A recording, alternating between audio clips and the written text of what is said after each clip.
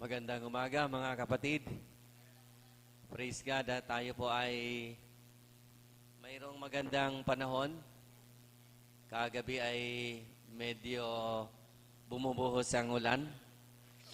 Pero symbolic yun na bumubuhos ang pagpapala ng Panginoon para sa atin. Amen.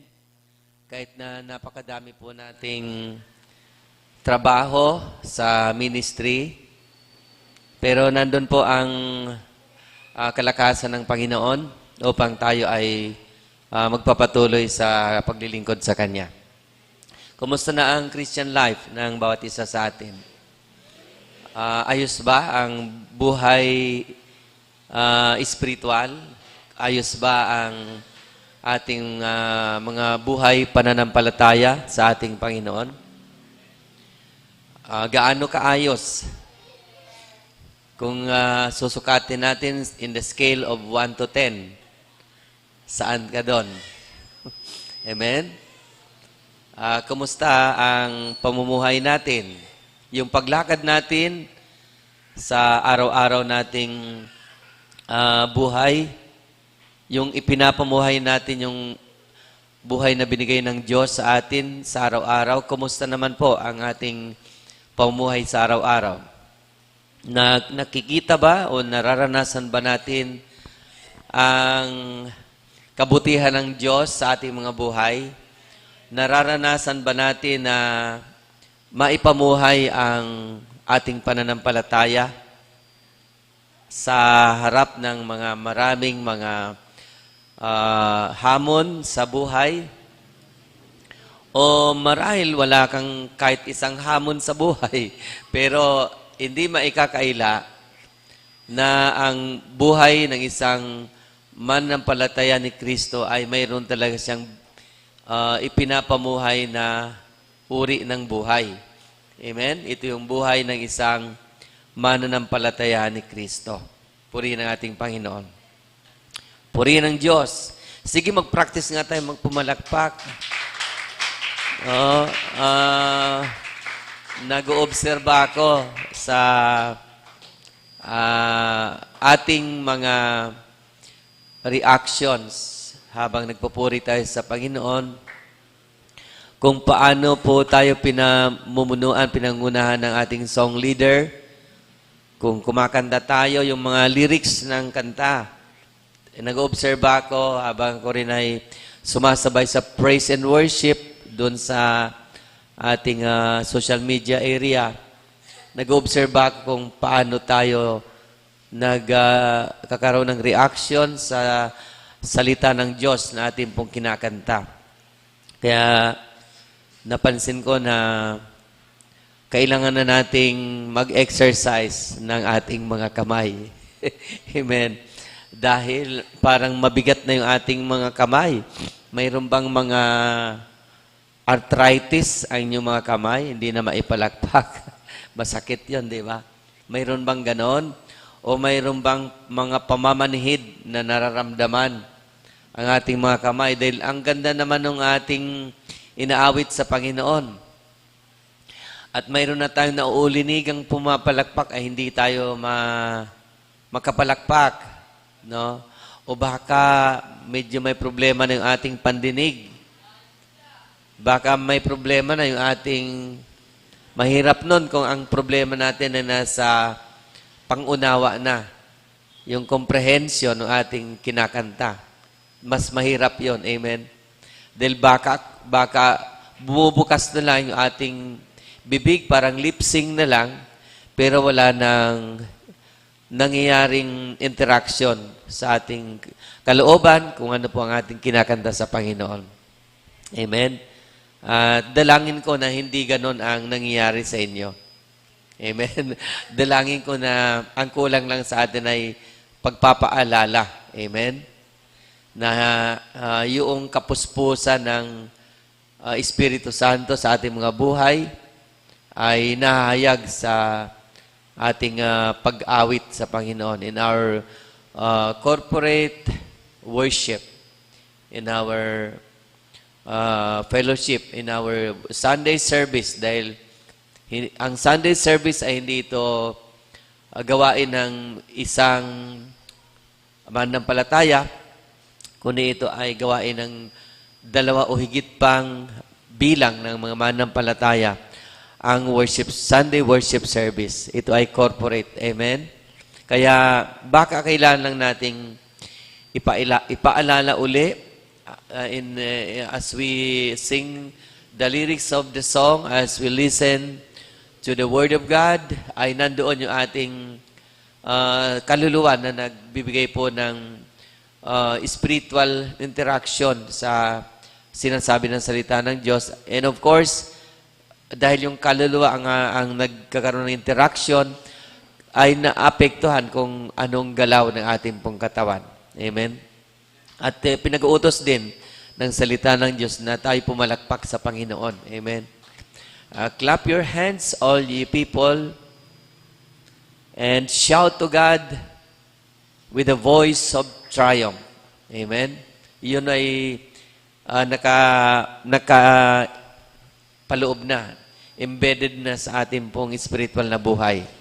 Yung pagpalakpak, amen, yung pagkaway ng kamay sa Panginoon, amen, dahil sa ating pagpapasalamat at pagpupuri sa Kanya, ay nandoon na siya. Kasama na yan sa ating buhay Kristiyano. Hallelujah. Amen? Oh, palakpakan naman kayo dyan. Yan, tinuturoan tayo. No? Kailangan natin ang gabayan. Amen? Dahil baka kailangan ng gabay. Amen? Kailangan tayong bigyan ng paalala. Baka nakakaligtaan na yung mga itinuro ng salita ng Diyos sa atin. Baka kailangan tayong muli na mag-umpisa doon sa dati nating kung saan ay mayroon tayong kapanabikan na magpuri sa ating Panginoon. Amen? Thank you, Jesus. Zion, can you come, please? Halika. May sasabihin lang ako sa'yo. Bilis, bilis.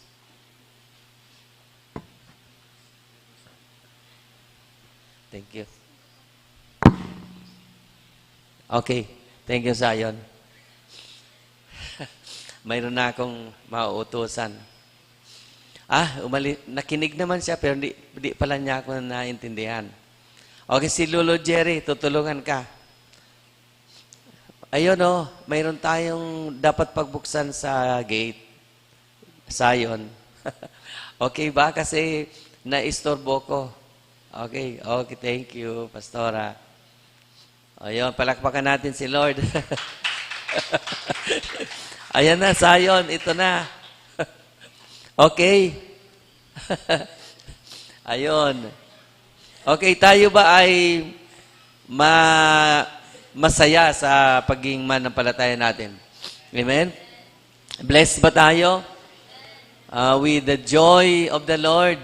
Amen? So ako rin ay kahit sobra po ang kabisihan sa ministry, ay masaya po ako sa buhay sa Panginoon.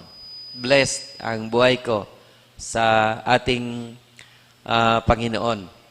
So in our message, in this message, the Word of God will tell and guide us to a more transformative spiritual life so that your life of faith and service to the Lord Jesus Christ will become pleasing to God.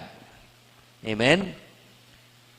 Nais po ng Panginoon na sabihin sa atin at tayo po ay gabayan na tayo po ay makapamuhay to a more transformative spiritual life. Yung buhay spiritual ay transformative o nagbabago o nagpapabago sa atin. Amen? Transformative spiritual life upang ang ating pong buhay, pananampalataya, at ang ating paglilingkod sa Panginoon, ito po ay maging kaluguran sa Diyos. Amen? Yan po ang nais pong dalhin sa atin ng salita ng Diyos sa kanyang mensahe. Ang title of God's message for us today, Faith Transforms.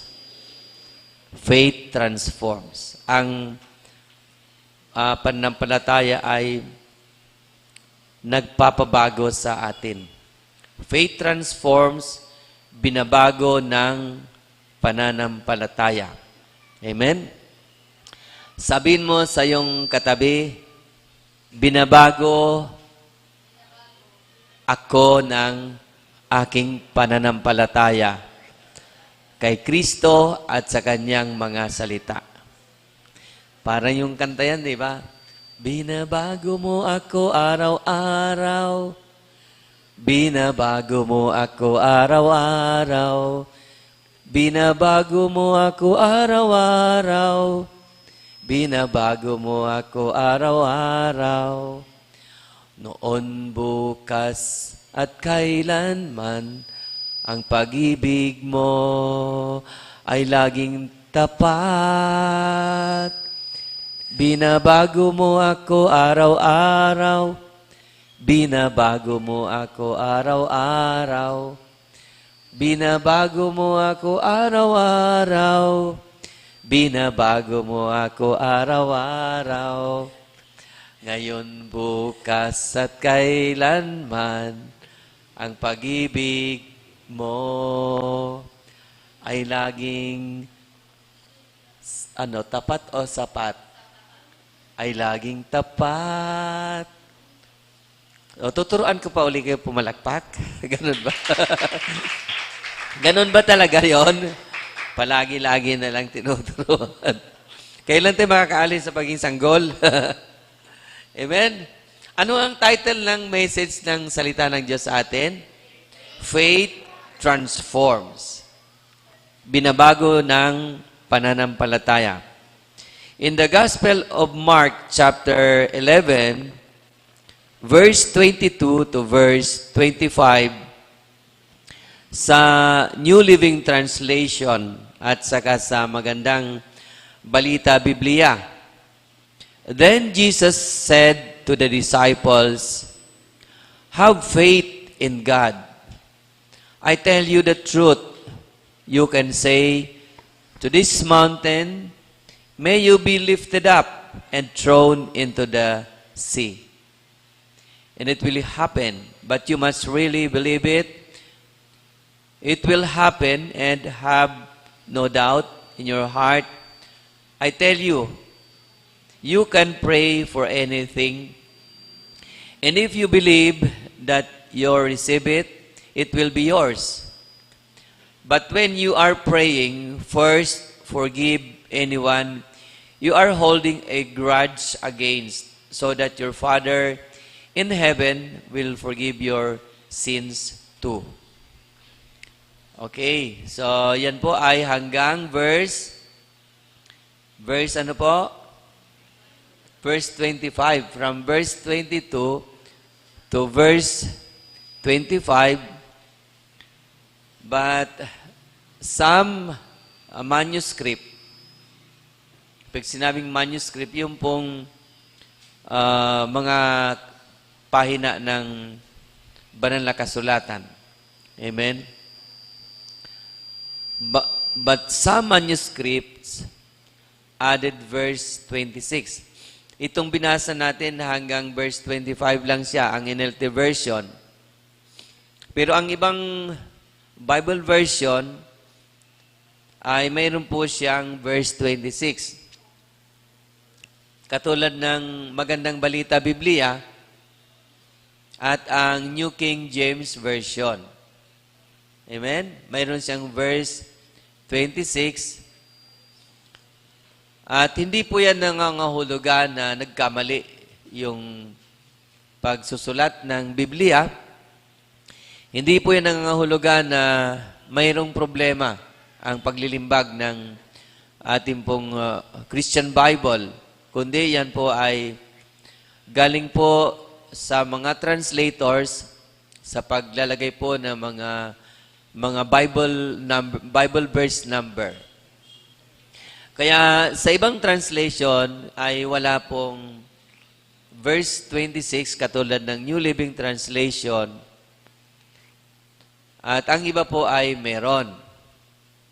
So kung ano po ang mga malalim niyong katanungan dyan ay wag na natin ditong sagutin sa preaching na ito. Amen ba?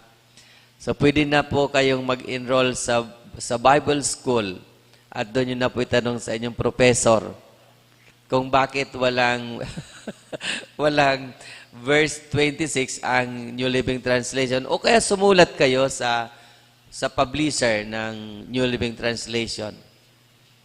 Ganun po ang paghahanap ng kasagutan. Amen? Ang binasa natin kanina is New Living Translation na hanggang verse 25 lang. Wala pong verse 26. Pero sa Magandang Balita Biblia ay mayroon po siyang verse 26. Sabi po sa MBB, sumagot si Jesus, manalig kayo sa Diyos. Tandaan ninyo ito kung kayo'y nananampalataya sa Diyos at hindi kayo nag-aalinlangan. Maari ninyong sabihin sa bundok na ito, umalis ka riyan at tumalon ka sa dagat. At ito nga ay mangyayari. Kaya't sinasabi ko sa inyo, anuman ang hingin ninyo sa inyong panalangin, maniwala kayong natanggap na ninyo iyon. At matatanggap nga ninyo iyon.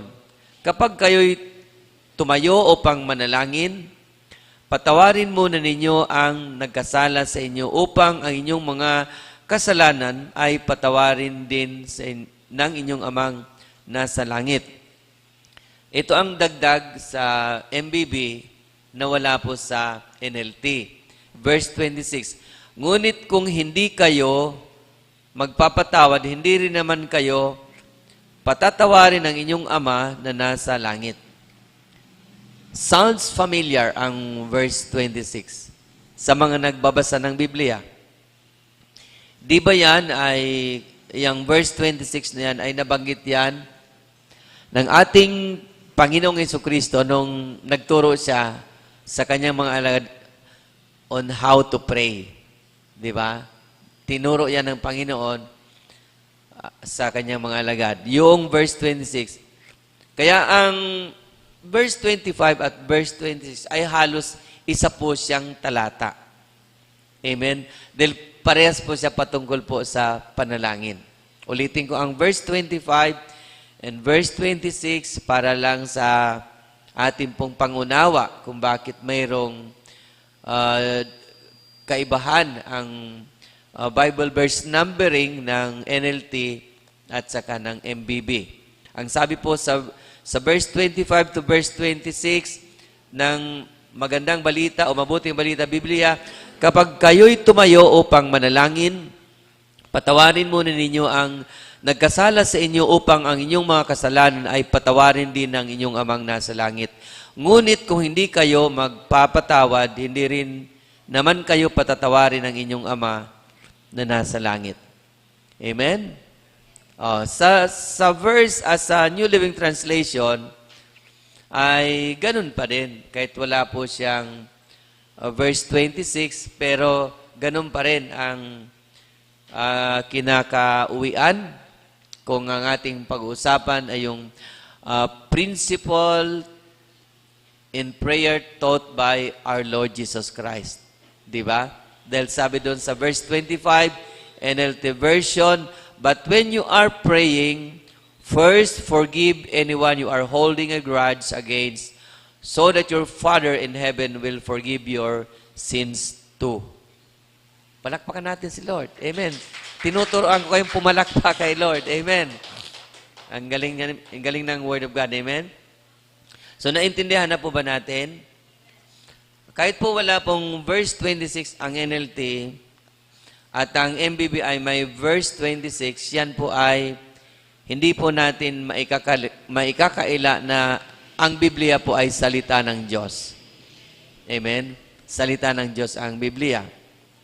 Dito po sa mensaheng ito ng ating Panginoon, Faith Transforms, ito pong fig tree without fruit.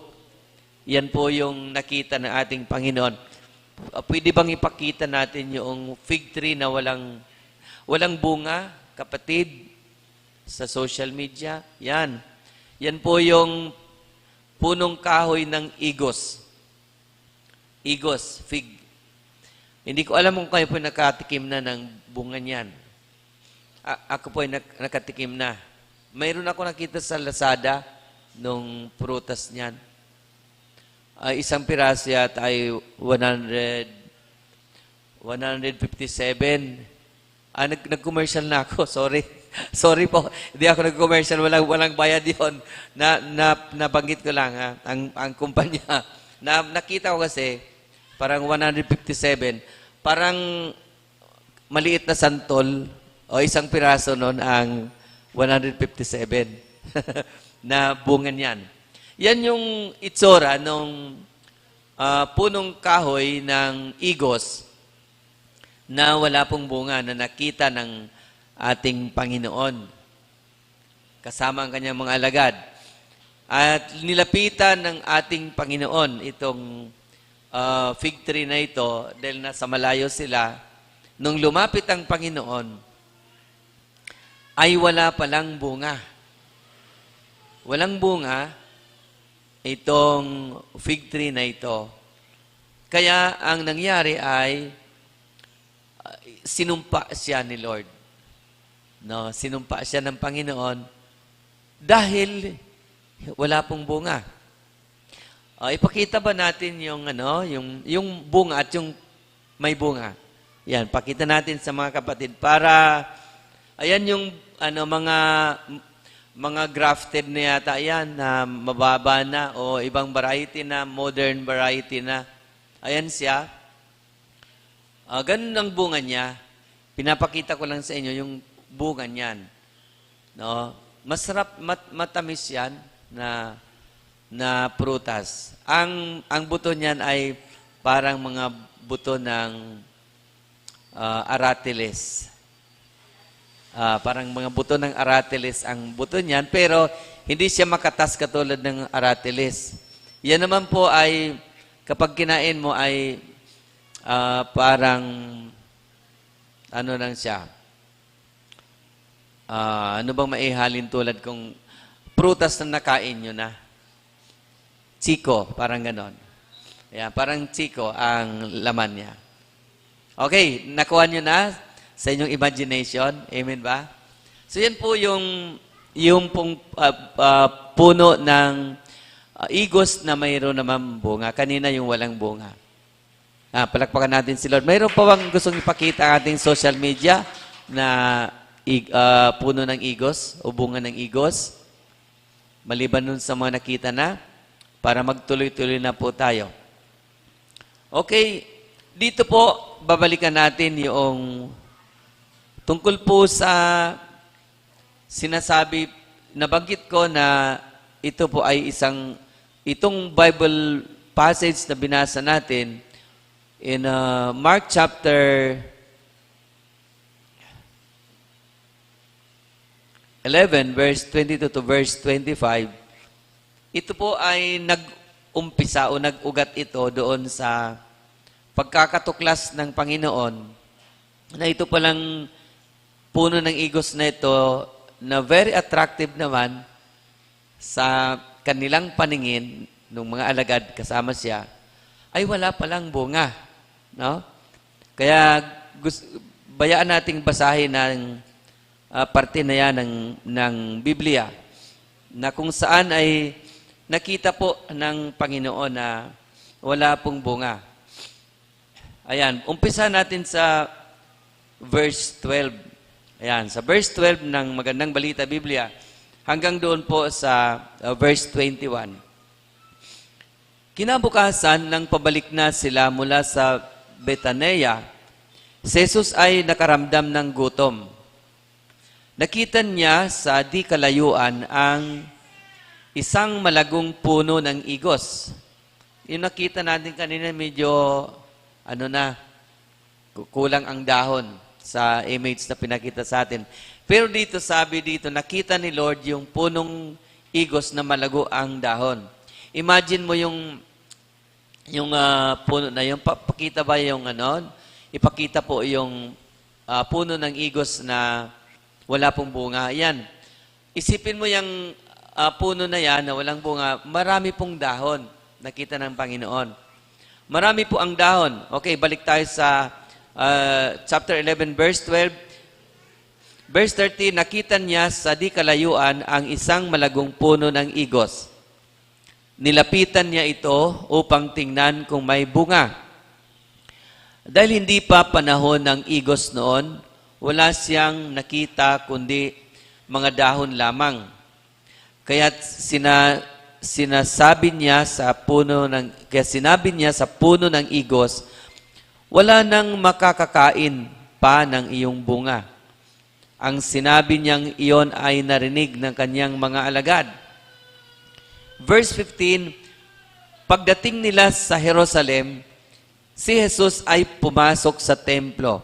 Ipinagtabuyan niya ang mga nagbebenta at namimili roon at ipinagtaob niya ang mga mesa ng mga mamamalit ng salapi at ang mga upuan na mga nagtitinda ng kalapate. Pinagbawalan din niyang tumawid sa patio ng templo ang mga may dalang paninda. At tinuruan niya ang mga tao ng ganito, nasusulat, ang aking tahanan ay tatawaging bahay dalanginan ng lahat ng bansa. Ngunit ginawa ninyo itong lungga ng mga magnanakaw. Narinig ito ng mga punong pari at ng mga tagapagturo ng kautusan. Buhat nooy humanap na sila ng paraan upang patayin si Jesus. Subalit natakot sila sa kanya dahil humahanga ang lahat sa kanyang mga turo. Pagsapit ng gabi, si Jesus at ang kanyang mga alagad ay muling lumabas ng lungsod. Verse 20, kinaumagahan pagdaan nila ay nakita nilang natuyo ang puno ng igos hanggang sa mga ugat nito. Naalala ni Pedro ang nangyari dito.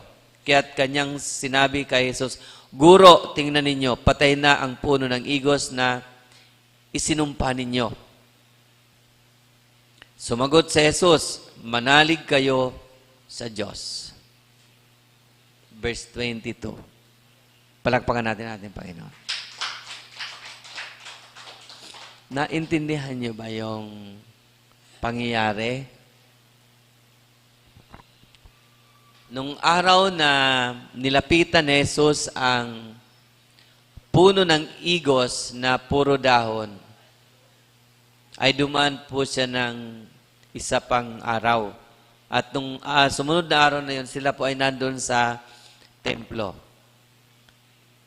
At sinaway ng Panginoong Yesus ang mga tanawin sa loob ng templo sapagkat yung templo po ay hindi na po isang templo na naayon sa layunin ng Diyos kung bakit mayroong templo. Na ang layunin ang templo ay dapat ay maging isa pong bahay panalanginan. Amen? Pero ang nakita ni Jesus ay mga nagtitinda. Doon po sa loob ng templo, marahil sa labas mayroon din, mga nagtitinda ng mga panghandog ng mga hayop at mga money changers. Dahil yung ibang mga maghahandog ng mga hayop ay mayroon po silang dalang pera pero dayuhan sila, kaya mayroon pong money changers. O baka malaki ang kanilang pambili, malaking halaga, kaya pinapabaryahan muna nila. At sabi ng ating Panginoon na hindi ito nagiging kaluguran para sa ating Diyos Ama. Sapagkat yung tanawin ng templo ay hindi na po naayon sa layunin. Na ang templo ay tatawaging bahay dalanginan ng lahat ng bansa. Ngunit ginawa niyo itong lungga ng mga magnanakaw. So nagkaroon po ng mga pangyayari sa araw na yon bago po nakita nilang muli na yung puno ng igos na mayroon na pong nangyari na natuyo na siya. So, bago dumating yung araw na yon na natuklasan lang tuyo na o patay na yung puno ng igos na walang bunga, ay nagkaroon muna ng isang pangyayari na nakaugnay pa rin dito sa itinuturo ng Panginoon sa atin sa mensaheng ito.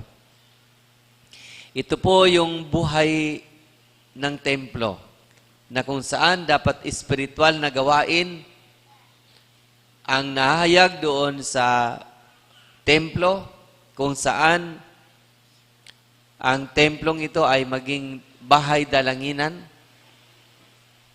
Pero hindi po yon ang nangyayari sapagkat naging isa na pong commercial hub yung templo.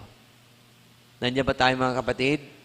Kaya pagkatapos po nung araw na yon ay kinabukasan dumaan uli sila doon sa lugar na nandun yung puno ng igos.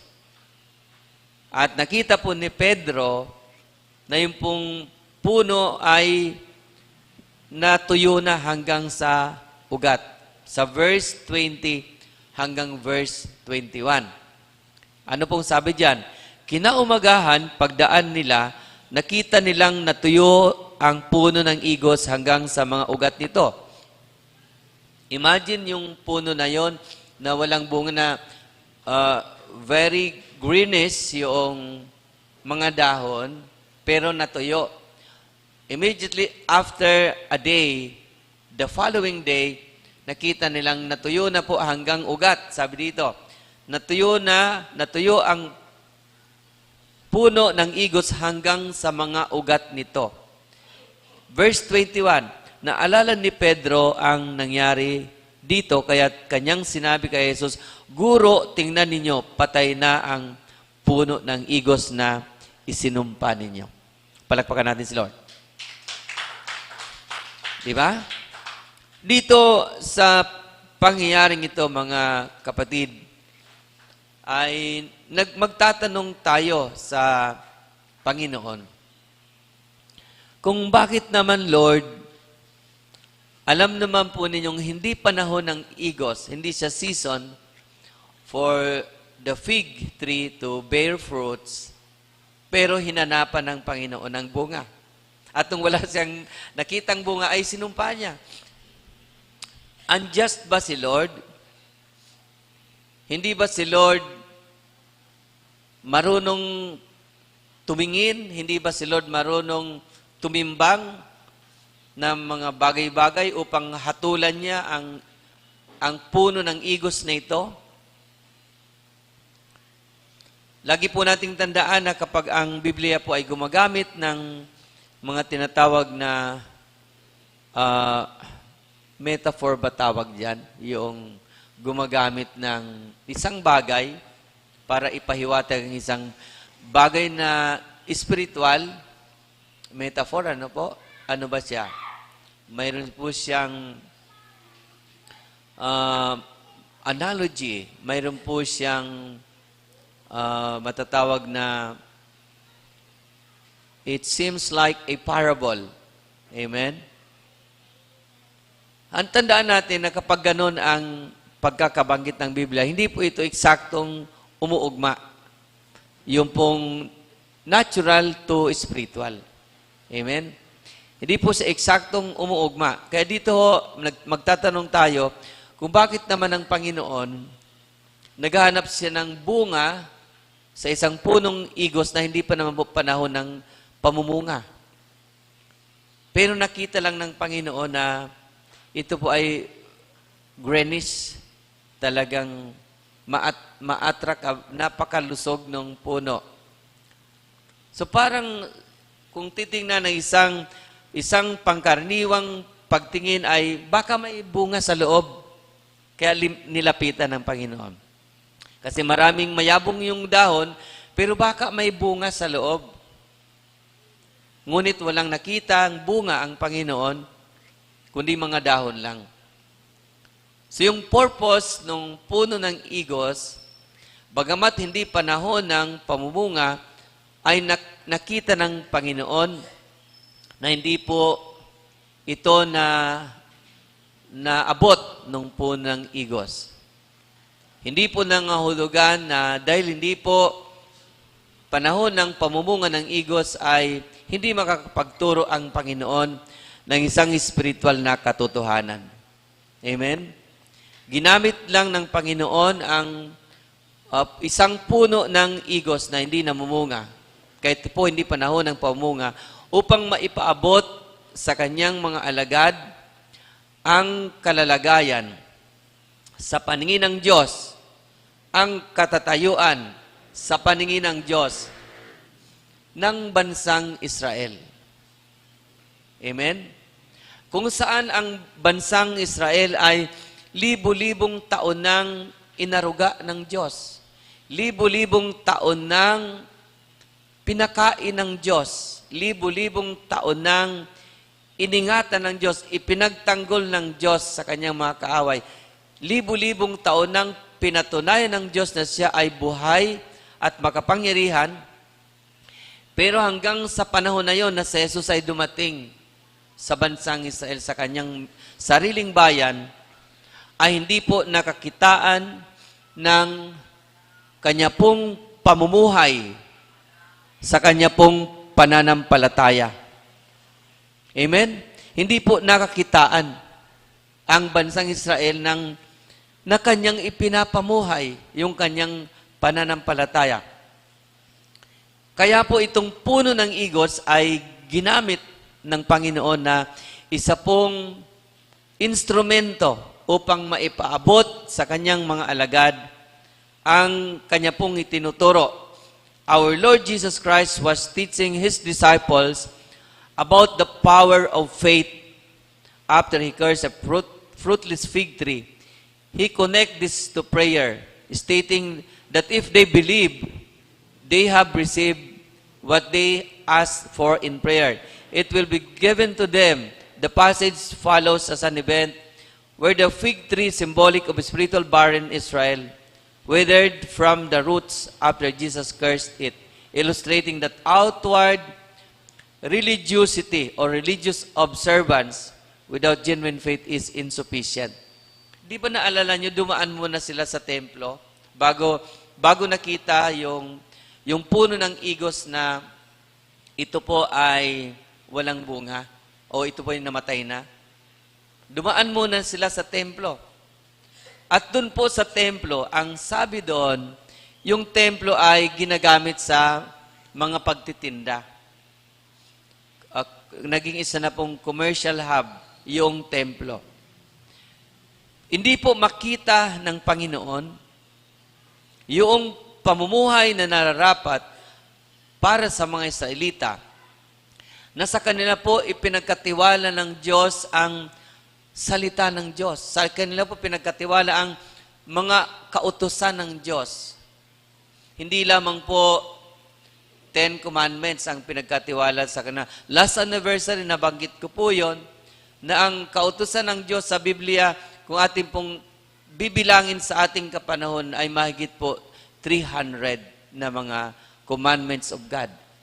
So ang mga Israelita po, among the commandments of God, in their social life, in their moral life, in their religious life, binigay na po ng Diyos lahat.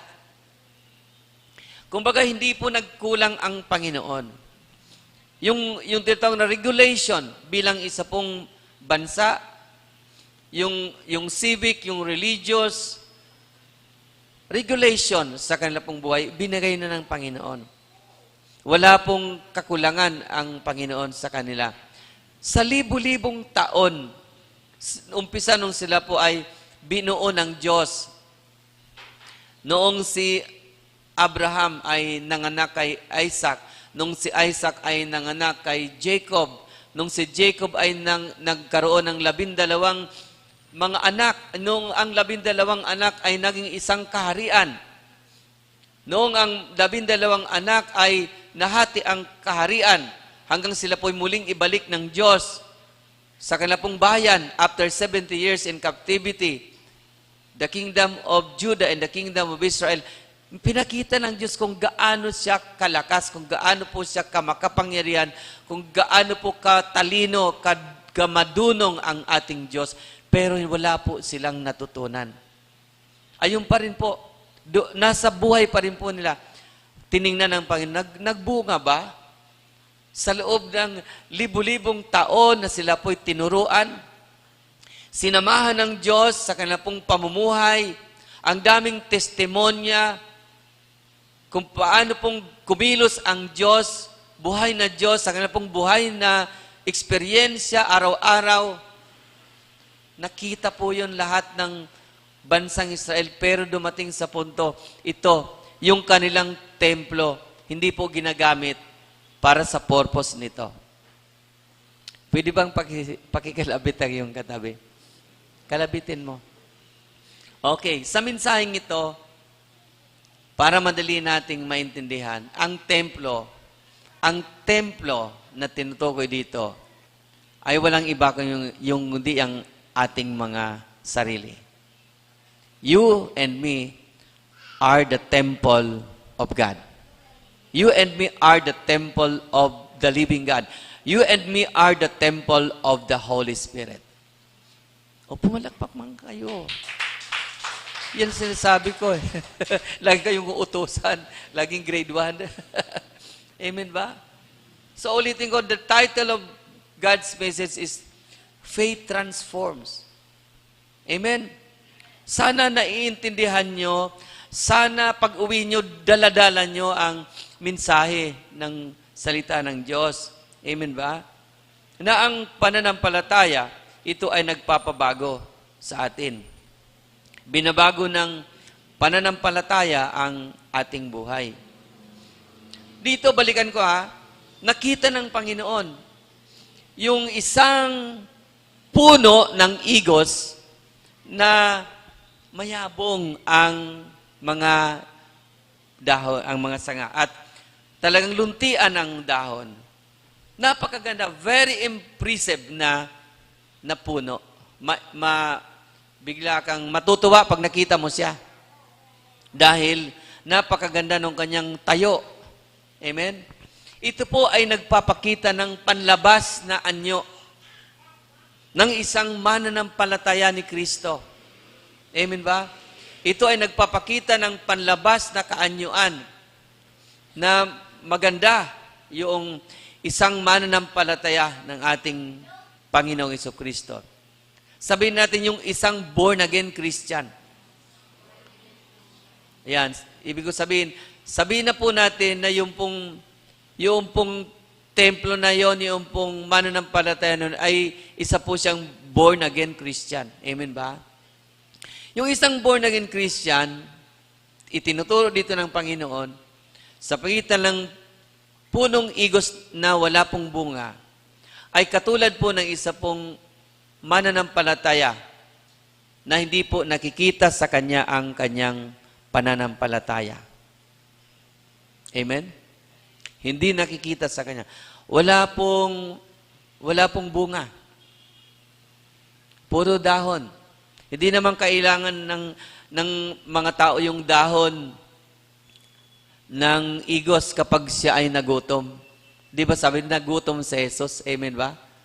Hindi naman po kailangan yung dahon ng kailangan po pag nagutom ay yung pong bunga ng igos. Sapagat yun po yung makakasolusyon doon po sa gutom. Pero wala po nakitang bunga.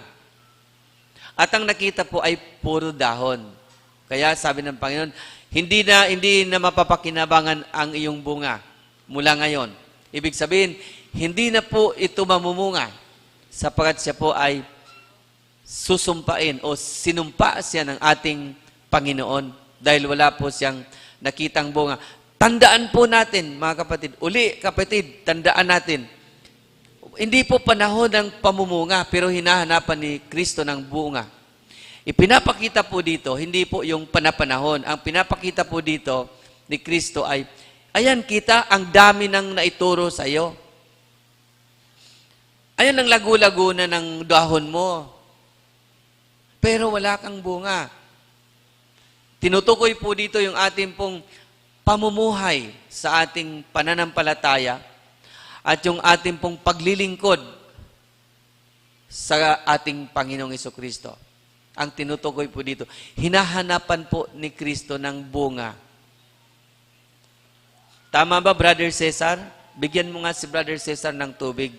At siya ay higab ng higab. Bigyan nyo ng tubig pagudyat at si Brother Cesar. Please, Asaret, tulungan nyo naman kapatid para makafocus siya. Sayang naman ang message. Amen? Bigyan nyo ng tubig sa baso si Brother Cesar. Kasi, aligaga. Bigyan mo. Asaret, kasama sa trabaho nyo, ha? Huwag ka nang malis. Bigyan ka na nga eh. Umalis ka pa. Hindi kita pinapaalis kasi para makafocus ka sa Word of God. Alam nyo, ang mensaheng ito ng Panginoon ay importante sa atin. Nakatagpuin tayo ng Diyos. Amen? O, palakpak naman dyan. Nakatagpuin tayo ng Diyos sa ating buhay spiritual. Amen? Oh, hindi na yan maging aligaga, nakainom na ng tubig. Amen? Palakpakan natin ng malakas si Lord. Glory to God. Ipinapakita po dito ng Panginoon sa pangyayaring ito yung buhay ng isang mananampalatayan niya na yung kanyang pananampalataya sa Panginoong Hesukristo ito ay dapat magbunga. Makitaan ng pamumunga sa kanyang pamumuhay espiritual at sa kanyang pamumuhay sa paglilingkod sa gawain. Amen. Amen ba? Amen ba? Amen. Makakitaan siya. Alam niyo yung isang namumunga sa gawain sa paglilingkod, yung isang namumunga sa kanyang buhay pananampalataya, makita mo hindi lamang po siya magara ang damit. Amen? Hindi lang po siya kumpleto ang pagkain sa lamesa. Amen? Hindi lang po siya makakita anong mayroon siyang magarang sasakyan. Mayroon po siyang magarang damit. Mayroon po siyang magarang sapatos. Hindi lang po yun ang makita sa kanya. Sapat yun po ay lahat panlabas. Amen? Hindi mo lang po makita na ang bahay niya ay napakakinis, malinis. Nasa ayos ang lahat ng mga kasangkapan sa loob ng bahay. Hindi lang po yon, kundi yung pong ating pong ginagawa pong pamumuhay sa ating pananampalataya kay Kristo at yung ating paglilingkod sa Kanya ang makikita dapat sa yun po ang bunga natin tinutukoy dito. Amen ba? Makikita yon, pamumunga na yon kung tayo ay nandoon sa paglilingkod sa gawain ng ating Panginoon. Pakisabi sa iyong katabi, maglingkod tayo sa gawain ni Lord. Amen. Yun ang bunga na hinahanap ng Panginoon. Hindi lang po yung ating pong mga panlabas na anyo. Amen. Yung mayroon tayong magarang damit, mayroon tayong magarang sasakyan, mayroon tayong magara at maayos na bahay, mayroon tayong masarap na mga pagkain sa lamesa. Hindi lang po yun ang pinapatungkulan sa ating mong buhay Kristiyano, kundi yung pong ating pong buhay spiritual. Ating buhay pananampalataya, mahayag po doon yung ating pong bunga. Amen? Kaya nga, nung makita ng Panginoon ang templo, na yung templo ay ginagawa pong lugar na kung saan nandoon ang mga iba't ibang paninda. Naging sabi ng pugad ng mga magnanakaw.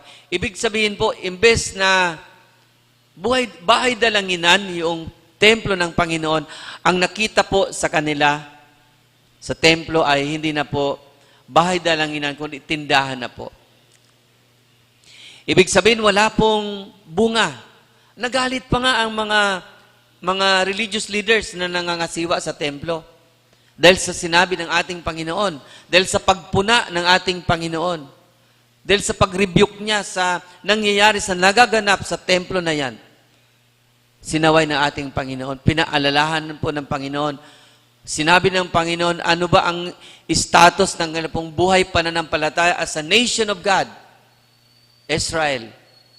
Libu-libong taon silang inalagaan ng Diyos, inarugaan ng Diyos, pinakain ng Diyos, binless ng Diyos, hanggang ngayon binibless sila ng Diyos dahil sa pangako ng Diyos sa kanila. Pero sa time na yon, hindi po nakitaan ni Kristo ng pamumunga ang kanilang pong buhay pananampalataya. Sabi mo sa iyong katabi, buhay pananampalataya. Doon po tayo hinahanapan ng bunga ni Lord. Amen. Yung buhay pananampalataya natin, kung gaano tayo kasigasig, ka-committed sa ating buhay pananampalataya sa Panginoon. Naalala ko nung kami po ni Pastora Mirna ay bagong born again. Kabuborn again lang namin. It was in the late 1980s, mga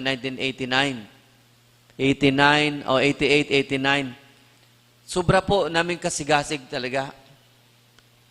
At parang maaaburido pa nga kami kapag hindi agad kayo makasakay ng jeep papuntang simbahan.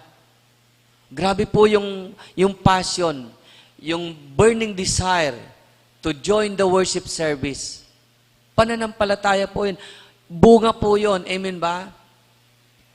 Pero kung tayo po ay, nandun po yung ating pong pagsamba sa Panginoon at palagi pa pong nagtatalo sa ating isipan kung tayo ba ay dadalo sa panambahan or hindi. Anyway, wala naman tayong multa kung hindi tayo sumamba. Pero sa ganun pong paraan ay lalo pong nakikita ng Panginoon pong tinatawag na reality.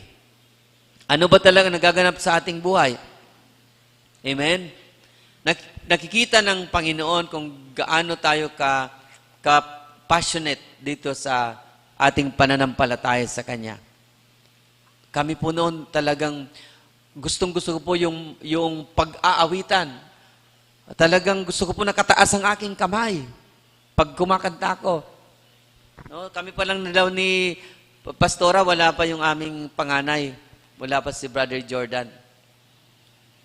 Hanggang nung kami po yung nagkaanak na si Brother Jordan, anak na po namin. To the point na dahil sa gusto ko pong magtaas ng kamay, ay narinig ko ang isang boses, sabi, ibigay mo ang iyong anak sa iyong asawa. Nandito po kami sa aisle na to. Ito po yung pinaka-aisle, papunta ito sa harapan ng pulpito. At kami po nandyan sa part na yan. Ako dito sa medyo aisle na yung aking upuan. Yung wife ko nasa left side ko. Narinig ko ang boss, sabi, ibigay mo ang iyong anak sa asawa mo. Binigay ko kay Pastora, si Brother Jordan. At sabi ng boses, lumakad ka papunta dun sa harapan ng pulpito. Alam niyo po, babisita kami sa simbahan na yon. Dahil sa passion, very passionate yung aming pananampalataya sa Panginoon, nagawa kong sumunod doon sa boses na yon na naririnig ko. Hindi, first time ko yung umattend sa simbahan na yon. Alam niyo po ba? Yung tinatawag na gift of prophesying ay nagmanifest sa akin. Yung pala tinatawag na baptism in the Holy Spirit. Yung nangyari sa akin. Wala akong knowledge about those things. Pero nangyari sa akin. Dahil very passionate yung aming pong buhay spiritual. Yung aming pagsamba. Hindi pa kami worker, wala pa kaming knowledge tungkol sa paglilingkod sa gawain. Pero nandoon po yung aking pong kasigasigan, yung aming kasigasigan sa pagsamba sa Panginoon. Bigyan ng tubig si baby. Bigyan ng warm water si baby. Gusto mo ng milk? Baby, gusto mo milk? Biscuit, bigyan siya ng biscuit para wag mag-ingay. Mama Nora, bigyan ng biscuit si baby. Kasi si daddy at si mami ay nakikinig. Ano mga aseret? Pwede ba nating gawa niya ng paraan, di ba? Bigyan na. Mayroon tayong biscuit doon. Opo, wag nyo lang kunin siya. Abutan nyo lang ng biscuit. Kasi pag kinuha mo, hindi, may alagain ka ngayon tuloy. Technique lang. Di ba? Okay. Kasi yung yung father and mother niya ay nakikinig sa message. Amen ba? Alam niyo po, dahil doon po sa init na yun ng aming pananampalataya sa Panginoon, nangyari sa akin yun. na nagamit ng Diyos na daluyan ng aking pong sarili upang magsalita ng mga bagay na hindi ko naman alam dahil first time nga kami umattend sa church na yon.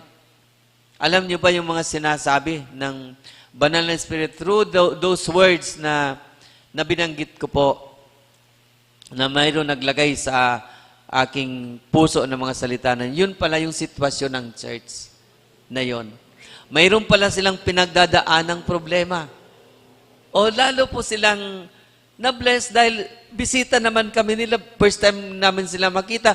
First time nila kami makita. Bakit itong taong ito? Sino ba to? Bakit siya nakakaalam ng ating sitwasyon? Mahigit po kalahating oras nangyari yun. So dun po na, yun po yung bunga. Amen ba? Yung nagpapagamit tayo sa Panginoon.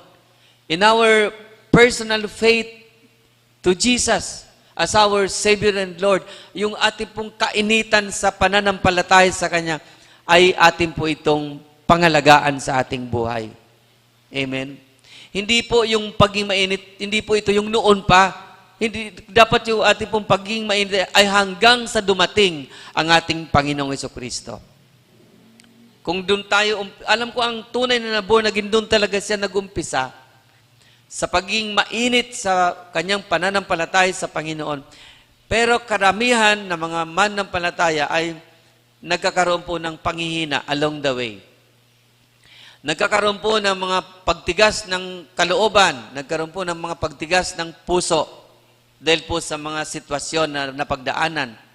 Pero hindi po yung dahilan upang tayo po ay maging matigas sa ating pong pamumuhay bilang mananampalataya ng ating Panginoon sapagat hindi po ang Diyos kailanman nagkasala sa atin. Hindi po kailanman ang Diyos nakagawa sa atin ng anuman pong offense sa ating buhay. Bagkus yung pong ating pong ikabubuti ang ginagawa ng Panginoon sa atin.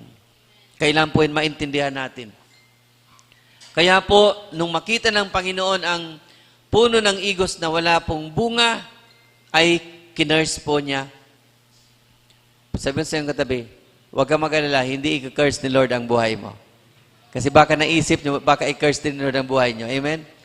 Hindi pa kasi, kaya nga ito mayroon pa tayong feeding, di ba? Nagpapakain pa tayo. Ibig sabihin, mayroon pang pag-asa.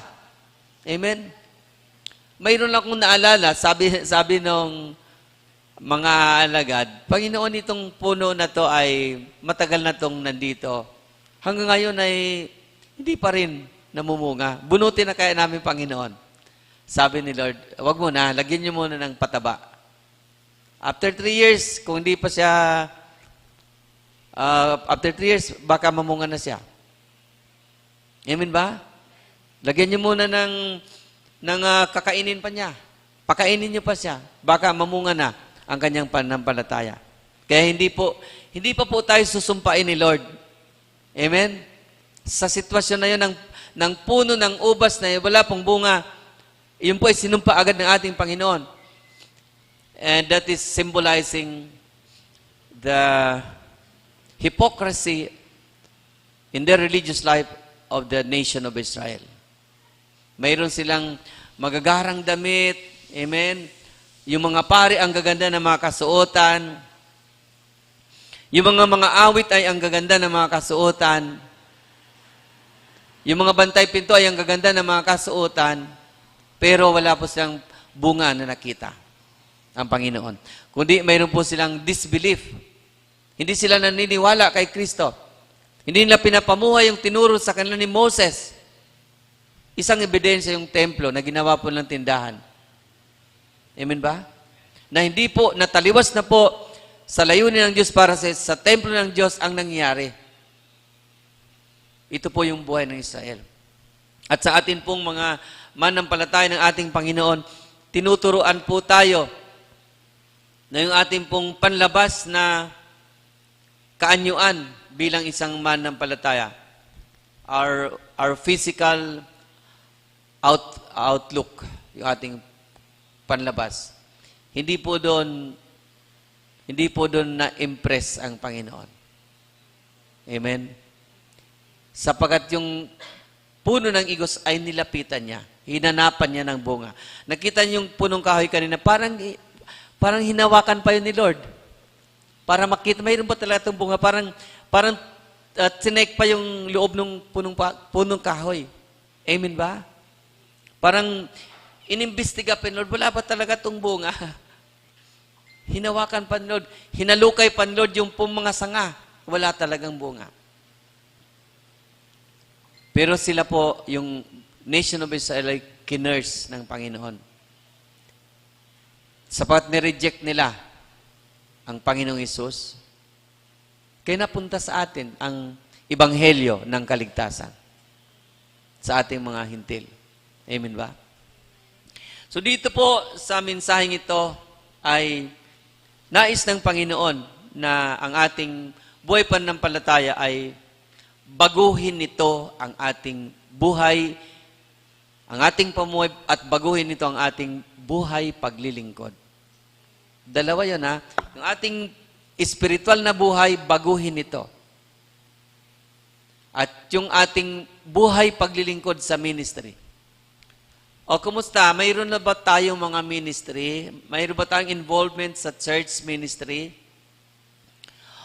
O sumasapat na sa atin ang tayo po ay tagadalo lang? O, paano yung kung tagadalo lang tayo, wala kang church ministry? Ay, mayroon pa naman, Pastor Isa, yung aking pamumuhay sa pananampalataya. Eh, paano kung ang pamumuhay mo sa pananampalataya ay 20 years ka ng Christian, pero walang na-transform sa buhay mo? Nandun pa rin na parang bumalik ka, parang mas malala pa nung panahon di ka pa nakakilala kay Kristo. Parang mas lumala pa doon ang mentality mo, ang pag-iisip mo. Ang pagtingin mo sa mga bagay-bagay, parang mas sumama pa kaysa doong ikaw ay hindi pa nakakilala sa ating Panginoon. Yun po ang personal mong buhay pananampalataya. Sinusukat yun ng Panginoon, hinahanapan yun ng Panginoon ng bunga. Amen? E paano kung 20 years ka ng Christian, walang transformation na nangyayari sa iyo?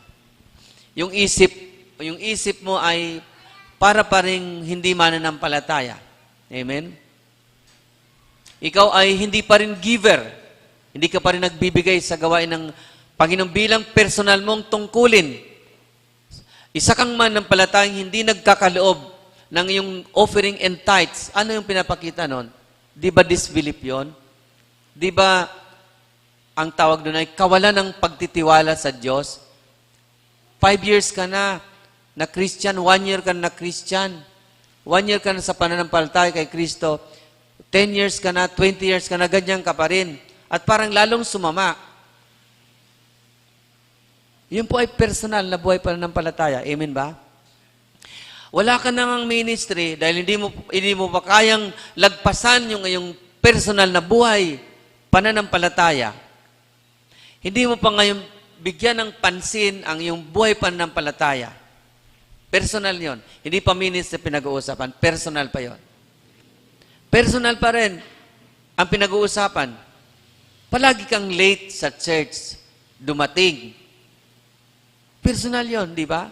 Bakit? Kasi alam mong 7:30 ang gawain mag-start, ay 7:30 ay ayaw mo pang bumangon. Or ano kang inuuna mo? Alam niyo po, mga kapatid, hindi naman sa pagmamalaki, pero buhay na kasi ng isang pastor. Gumising ako po kanina, past 4 a.m. Past 4 a.m. ako gumising. Pero natulog po ako gabi, before 12, malapit na mag-12, hindi ko pa po nagagawa ito pong aking pong sasabihin sa inyo na mensahe ng salita ng Diyos. Sapat ang dami ko pong gawain na hindi lang po para pang bagong silang. Ay nakapagbigay na ako ng commitment na yes ako sa preaching today. So natulog po ako, malapit mag-12 midnight, sa sobra pong pagod ng aking pong katawan, nadiretsuhan po akong tulog. Hindi po ako nakapagtuloy ng aking pong sasabihin ngayon. So gumising ako ng past 4 a.m. kaninang umaga. Iniisip ko, paggising ko at hindi ako naglinis agad sa labas, ay baka maunahan ako ng mga dog doon. So mas malaking problema kung mga aso na ang nauna sa akin. Kaya po, past 4 a.m. naglilinis na po ako. Naglilinis na po ako ng paligid. Winawas out ko po yan ng tubig at sabon. Hindi po yan basta simpleng walis. Yan po ay sinasabon ko. Dahil pag hindi po sinabon, yung pong mga inapakan natin galing sa labas, pagpasok dito, dala-dala natin sa loob. Kaya lalo na po yung harapan ng gate natin, nakasabon po yan. Para hindi po natin madala dito sa loob yung dumi. Amen po ba?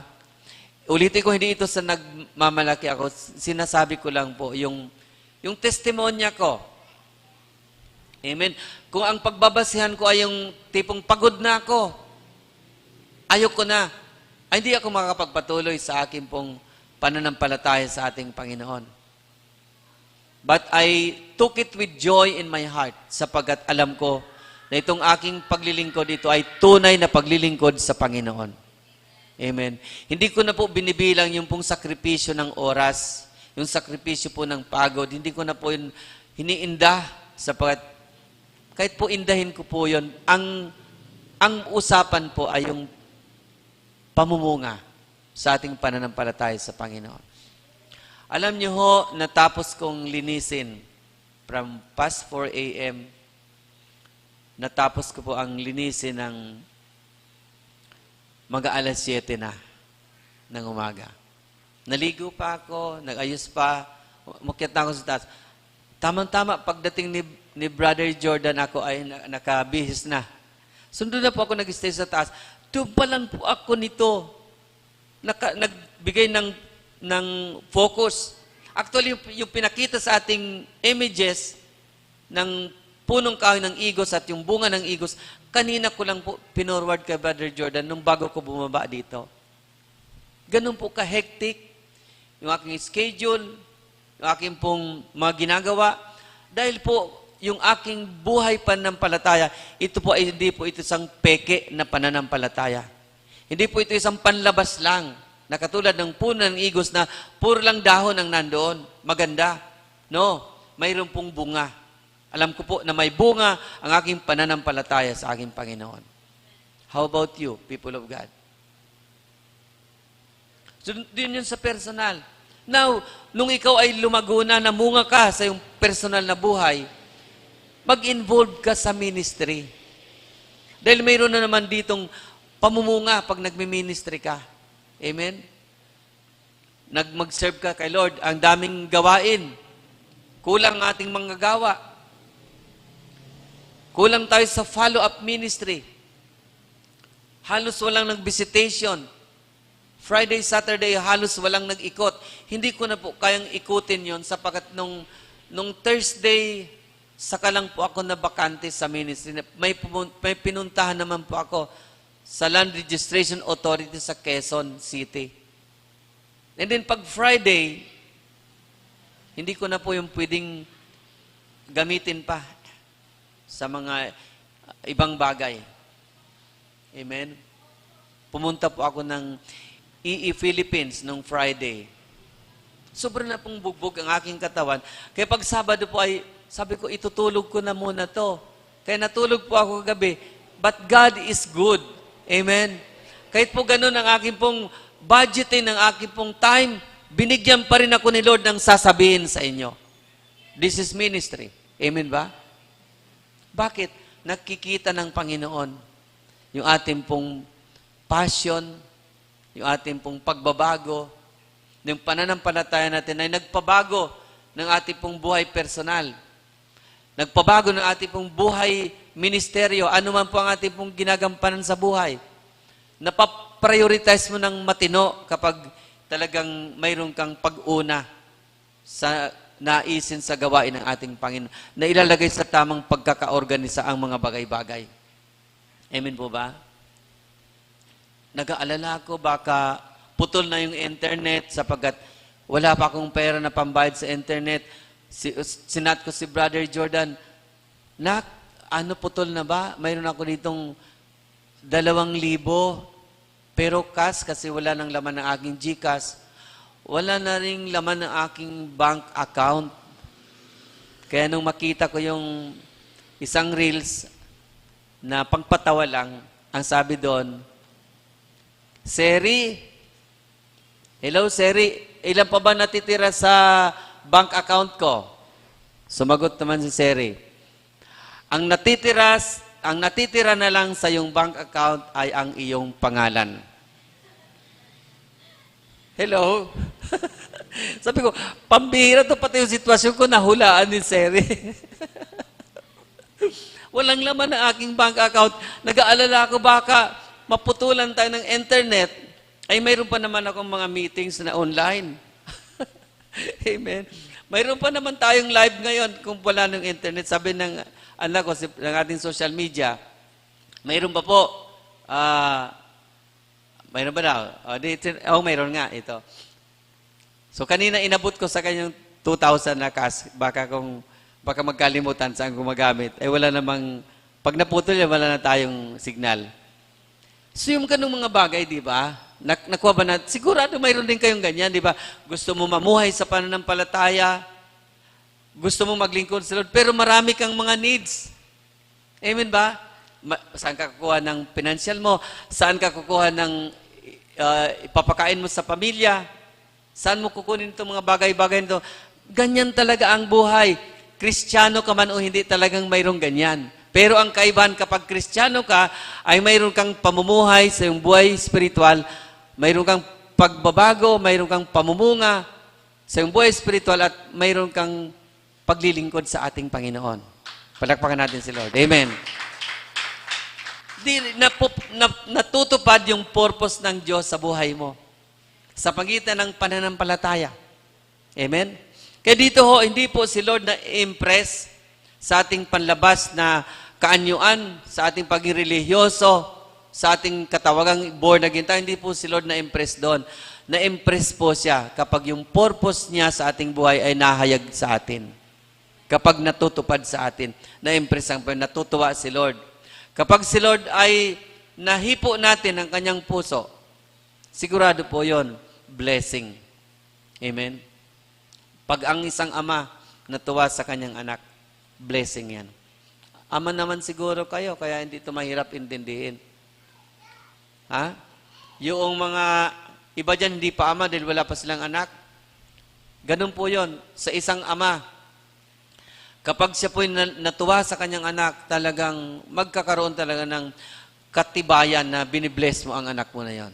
Hindi lang salita na God bless you. No. Talagang pati material na bagay, binibless mo ang anak mo. Dahil natuwa ka sa anak mo.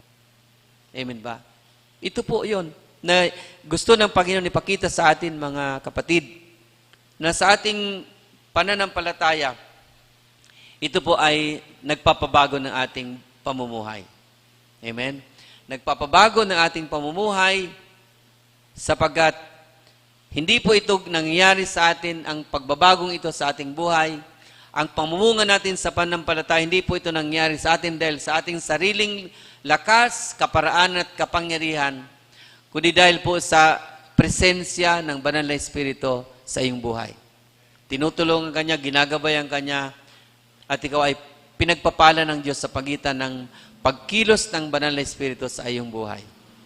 At dito sa mensaheng ito ng ating Panginoon, ay malinaw po na nais ng Panginoon na kapag tayo po ay namumunga, tunay po na pati na yung ating po mga prayers, yung purpose ng prayer life sa ating buhay, ay hindi na ito isang tipong panalangin na kailangan mong pigain ang iyong sarili para magkaroon ka ng tinatawag na pananampalataya.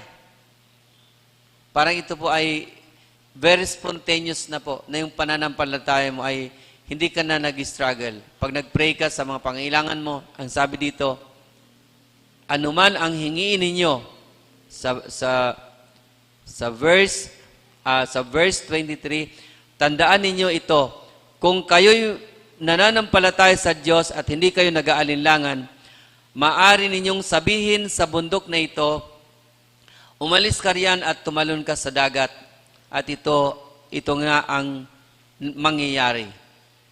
Kaya't sinasabi ko sa inyo, anuman ang hingin ninyo sa inyong panalangin, maniwala kayong natanggap na ninyo iyon at matatanggap nga ninyo iyon. Purihin ang Diyos. Amen. Dahil faith transforms, pati ang iyong prayer life. Nag-iba ang level. Amen. Sa mga prayer mo, mararanasan mo ang hindi mo pa man binibigkas yung prayer point. Binibigay na ng Panginoon sa iyo ang iyong pangailangan. Because you believe. Amen. You believe. At lalo na sabi doon, ipag-utos mo, utusan mo ang bundok na ito na siya'y mabunot at siya'y malipat sa dagat. Sabi ng Panginoon, if you say to this mountain, be ye uprooted and be thou cast into the sea. Mangyayari. Hindi yung literal na bundok na nabunot at nalipat po sa isa pong dagat. Ma-involve na po dyan ang flood control pag ano nangyari. Amen ba? Hindi po yun ang sinasabi ng Panginoon. Ang sinasabi po doon ay figurative.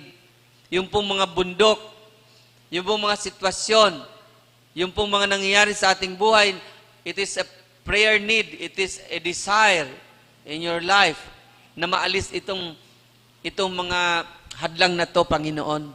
Amen? Kapag na-address mo ang mga hindrances na yon, amen, struggle sa finances. Amen? Palaging wala, palaging short. Amen? Naghahanap buhay ka pero parang walang income. O wala kang trabaho. O mayroong mga problema sa pamilya, may problema sa iyong buhay. Yan ay maituturing na mga bundok.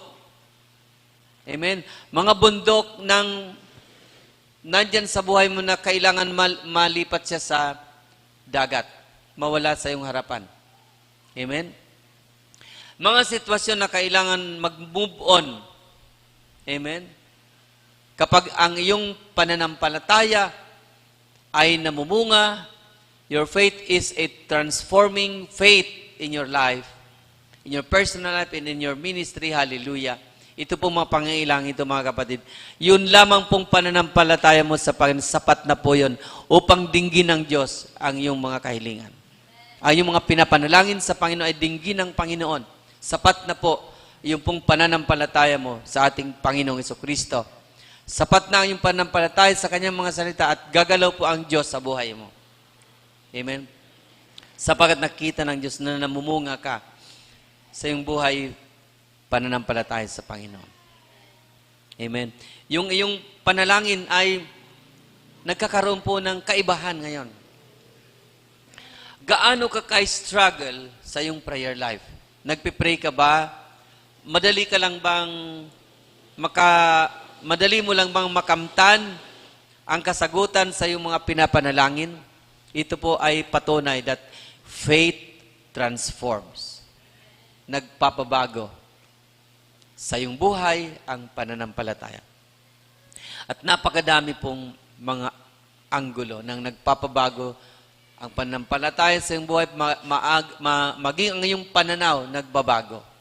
Pananaw sa mga bagay-bagay, ang iyong perspektibo sa buhay ay nagbabago.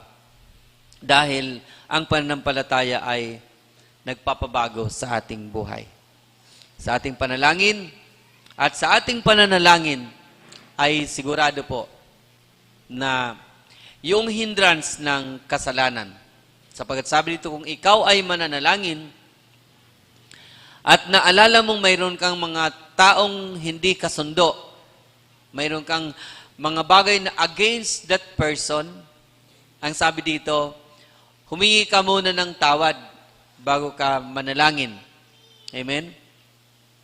Sapagkat yung pong mga grudges, yung mga against somebody, against anybody, ay isa pong hadlang upang tayo po ay makapanalangin.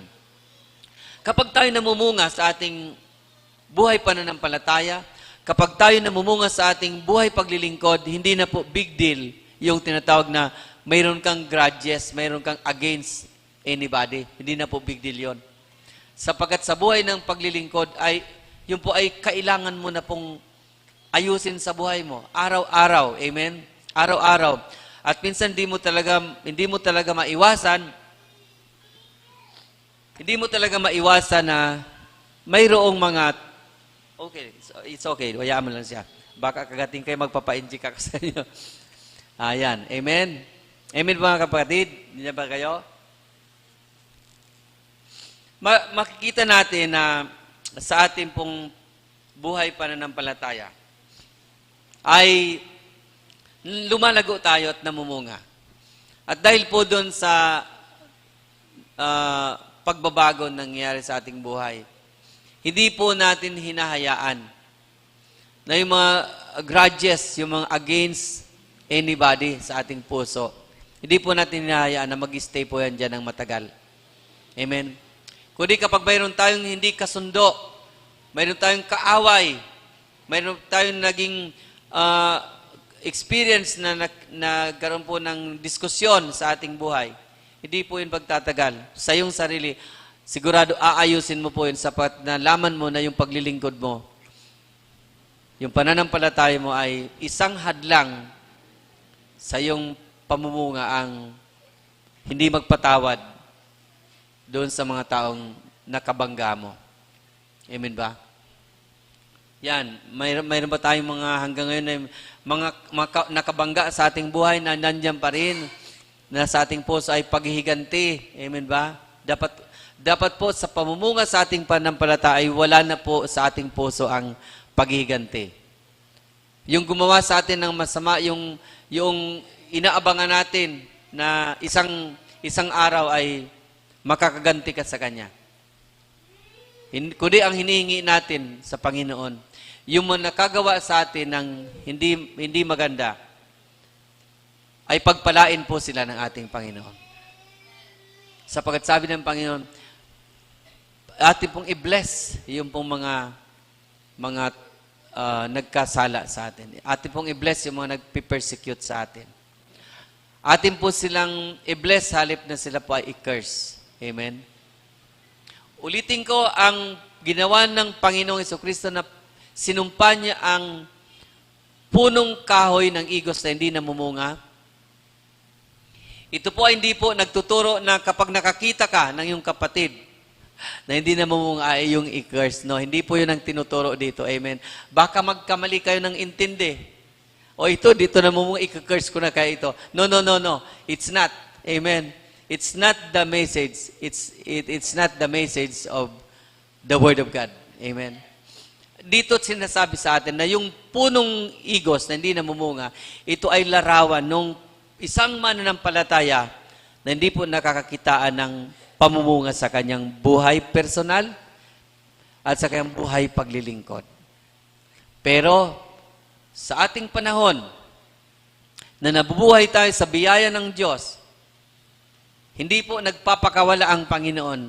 Kaagad-agad ng curse katulad ng ginawa niya sa punong igos na hindi po namumunga o na walang bunga, kundi siya po ay patuloy na nagpapakain sa atin. Gumagawa siya sa atin ng mabubuting bagay upang tayo ay magkaroon ng pagkakataon na lumago at mamunga. Magkaroon ng pagkakataon na matransform tayo sa pagitan ng ating pananampalataya kay Kristo at sa pagitan ng ating pananampalataya sa Kanyang mga salita. Bahagi ng transformation ay ating paglago sa ating mismong pananampalataya kung paano natin makamtan ang mga gusto ng Diyos mangyari sa ating buhay. Amen? Yung mga hadlang na sa ating harapan, yung mga big things sa buhay mo na gusto mong mapangyari, it might include your aspirations in your life. Gusto mong 2 years from now, ganito ka na. Gusto mong 3 years from now, ganito ka na. Yung mga aspirations mo sa iyong buhay, yun po ay bahagi po ng paglago mo sa iyong pananampalataya sa Panginoon. Pagpapalain ng Diyos ang lahat ng aspeto ng ating buhay. Kapag nakitaan tayo ng pamumunga. Sapagkat, hindi lamang po kontento ang Diyos sa bunga na nakikita sa atin, kundi nais ng Panginoon na maranasan mo rin ang kanyang kapangyarihan sa iyong buhay. Sa pagitan ng iyong pananampalataya, ang linaw po na sinabi po doon ng ating Panginoon. Sinabi niya na tayo po ay manalig sa Kanya. Verse 22, sumagot si Jesus, manalig kayo sa Diyos. Malakas na palakpak para sa ating Panginoon. Have faith in God. At ang pananampalataya, itong salitang ito, that have faith in God, ay napakarami po ang magagawa nito sa halos lahat ng ating pong mga nang pangyari sa ating buhay. Ang laki ng magagawa nito. Mula sa iyong buhay personal hanggang sa iyong buhay paglilingkod sa Panginoon. Have faith in God. Sa mensaheng ito ng ating Panginoon, ako po ay nagpapasalamat sapagkat tayo po ay ginabayan ng Panginoon upang makarating po tayo sa tinatawag na transformative spiritual life. Sabihin nga po natin, transformative spiritual life. Hindi lamang po tayo sumasampalataya, kundi yung ating pananampalataya ay nagpapabago sa ating buhay. Maging sa sitwasyon ng ating buhay ay kaya po nitong baguhin sa pagitan ng ating pananampalataya sa ating Panginoong Hesus. Upang ating pong buhay ay maging isa pong kagamit-gamit sa harapan ng ating Panginoon. In your personal, in your ministry, at ito'y magbigay ng kaluguran sa ating Diyos na buhay. Palakpakan natin ang Panginoon. Tayo pong lahat ay tumayo sa pagkataong ito at tayo ay mananalangin. Isasama na po natin sa panalangin ang nagaganap po na Trillion People March doon po sa EDSA Shrine. Ay nagaganap po gaganapin po ngayong araw, baka nag-umpisa na po. Sapagat yung iba po ay 6 a.m., kanina ay naka-organisa na po sila. Tayo po ay sumasabay, sinasabayan natin sila sapagat yung kanila pong mga inihingi sa panalangin ay kapares na po ng hinihingi ng church na ito sa panalangin na ang korupsyon sa gobyerno ay ma-expose kung sino ang mga may kagagawa nito at yung pong mga korap, yung pong mga nagnakaw ay maparusahan ng batas. Palakpakan natin ang ating Panginoon. Hallelujah. Thank you, Jesus. Thank you, Lord. Glory to God. Hallelujah. Maraming salamat, Panginoon, sa iyong kabutihan, O Diyos, sapagat sa araw na ito ay binigyan mo kami, Panginoon, ng mensahe mula sa iyong mga salita, Panginoon. Kung saan, O Diyos, hallelujah, tinuturo mo sa amin, Panginoon, na ang pananampalataya ito po ay nagpapabago sa buhay ng iyong mga anak. Katulad ng iyong mga salita sa Romans chapter 12 verse 2, Panginoon.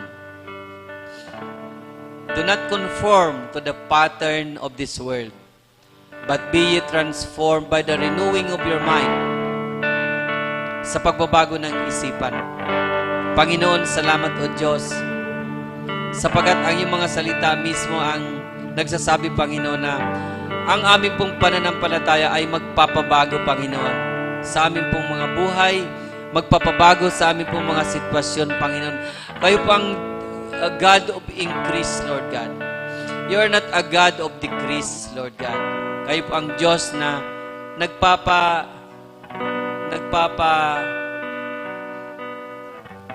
ganda ng aming pong pamumuhay. Nagpapahala ng buhay ng iyong mga anak.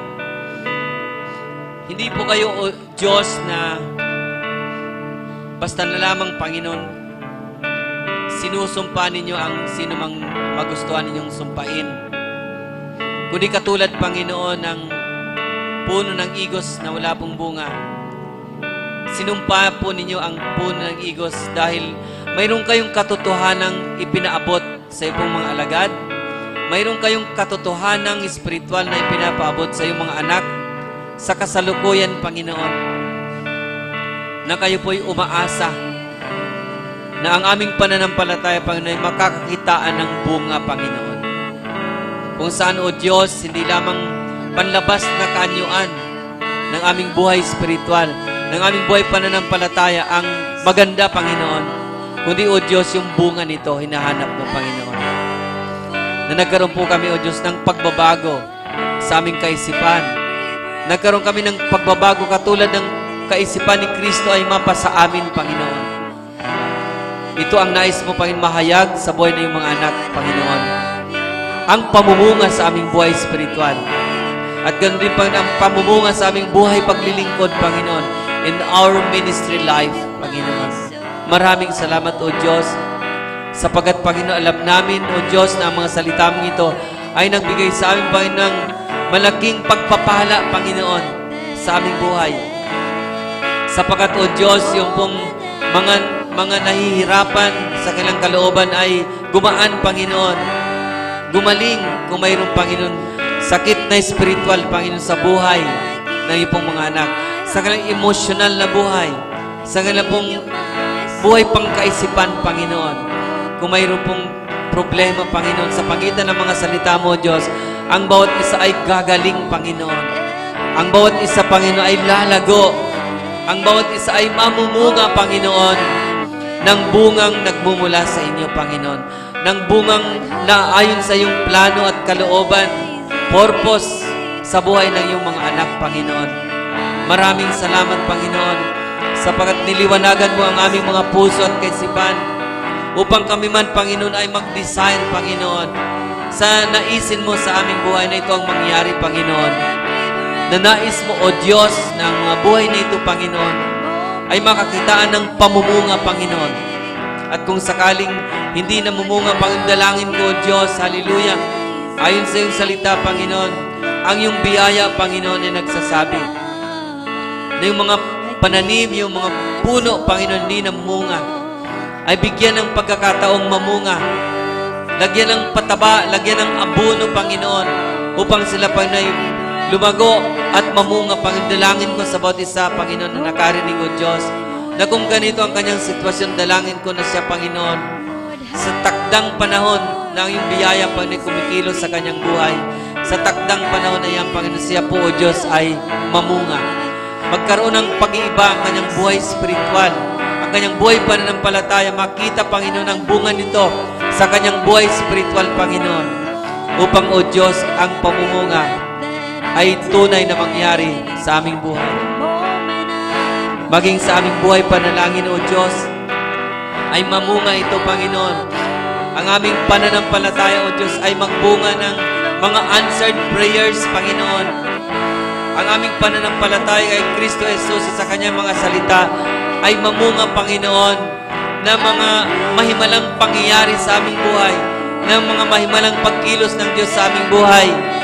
Sapagkat, Panginoon, ang bunga sa aming personal na buhay pananampalataya ay nahayagat ito, Panginoon, ay magiging bahagi na ng buhay ng iyong mga anak. Maging sa kanilang buhay paglilingkod, Panginoon. Dalangin ko, Diyos, ng passion, Panginoon, yung init, Panginoon, sa paglilingkod sa iyo, Panginoon, inyo pong igawad, Panginoon, sa iyong mga anak, Panginoon, lalo na, Panginoon, sa mga church workers, Panginoon. Kung sinasabi niya, Panginoon, sa isang manggagawa ng Diyos, isang manggagawang walang dapat ikahiya, nagtuturo ng katotohanan, Panginoon, salamat, O Diyos, inyo pong pagpalain ang kanyang buhay. Mamunga po siya, Panginoon, sa kanyang buhay paglilingkod. Hallelujah. Sa mga baguhan, Panginoon, sa church na ito, O Diyos, dalangin ko na sila man, Panginoon, ay mag-desire, Panginoon, nung desire na galing sa iyo, Panginoon, na ang kanyang buhay pananampalataya ay makakita ang Panginoon ng paglago at magpapabago ito sa kanyang buhay, Panginoon. A faith that transforms, Panginoon. Pagbabago na mangyayari sa kanyang buhay, bunga ng kanyang pananampalataya kay Kristo bilang kanyang tagapagligtas at Panginoon ng kanyang buhay. Sapat na ito, Panginoon, isang pasimula, isang paumpisa sa kanyang buhay upang maabot niya, Panginoon, ang hitik na bunga, Panginoon. Sa kanyang buhay ay nag-umpisa ang bawat isa, Panginoon, sa isang personal na pananampalataya kay Kristo. Sa magagawa ni Kristo sa kanyang buhay bilang tagapagligtas at Panginoon ng kanyang buhay. Habang siya ay sumusunod sa iyo, Panginoon, bilang kayo ang Panginoon, tunay o Diyos, na makikita niya at mapapatunayan niya, Panginoon, na siya, Panginoon, ay namumunga sa kanyang pananampalataya. Maraming salamat, O Diyos, sa iyong kabutihan. Umawi tayo sa ating Panginoon. Hallelujah. I give you my soul. I live for you alone. Every breath that I take, every moment I'm awake. Pwede natin itaas sa Diyos ang ating mga Lord, kamay have sa your ating pagkakita sa Kanya. ways in me. Itaas natin sa Panginoon Lord, I ang give ating mga you kamay my at tawitan natin siya. heart. I give you my soul. I live for you alone. Every breath that I take, every moment I'm awake. Lord, have your ways in me. Lord, I give you my heart. I give you my soul. I live for you alone. Every breath that I take, every moment I'm awake. Lord, have May lyrics tayo sa ating your screen. ways in me. Sabayan nyo ang lyrics. Sabayan nyo ang pag-awit ng lyrics upang inyong maintindihan ang ginagawa ng Diyos sa inyong mga buhay. Hallelujah. This is my desire I request everyone to sing the lyric from your lips, from your mouth, from your heart. Worship the Lord. Lord, with all my heart, I worship you.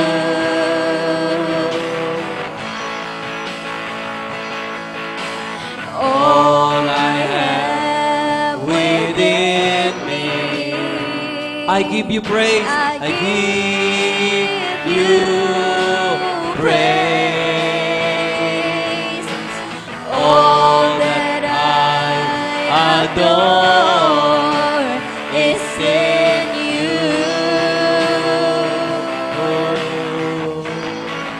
From the beginning, This is my desire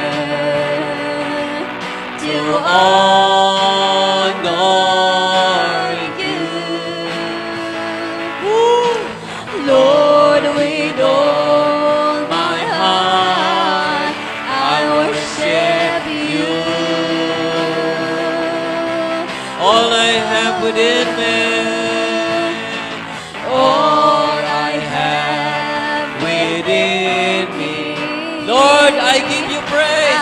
I give you praise. All that I adore is in you. All that I adore is in you. From the beginning, hallelujah, hallelujah. This is my desire. Sabihin mo yan sa Panginoon, to honor you. sabi mo, Lord, with all my heart, Lord, I with worship you. all my heart, I worship you. Yes, Lord. All I have within me, all I have. All I have within me, I give you praise. All that I adore is in you, O God. All that I adore is in you. Lord, I give you my Is in heart. you. I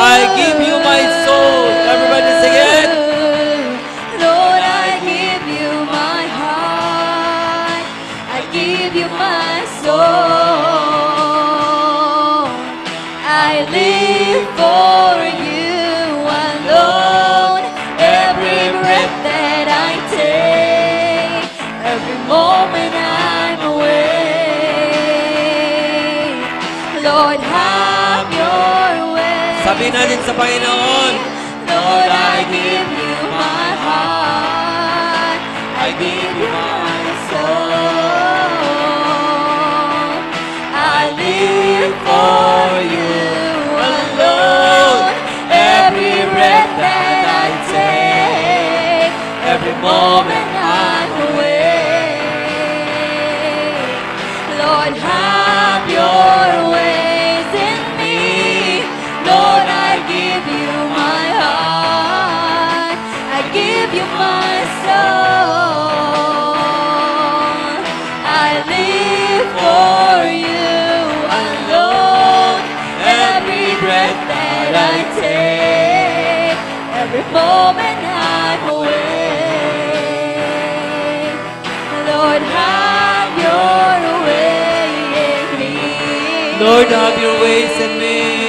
Lord, have your way in me. Sabi natin, Lord, have your ways in me. Lord, have your ways in me. Lord, have your ways in me. Lord, have your ways in me.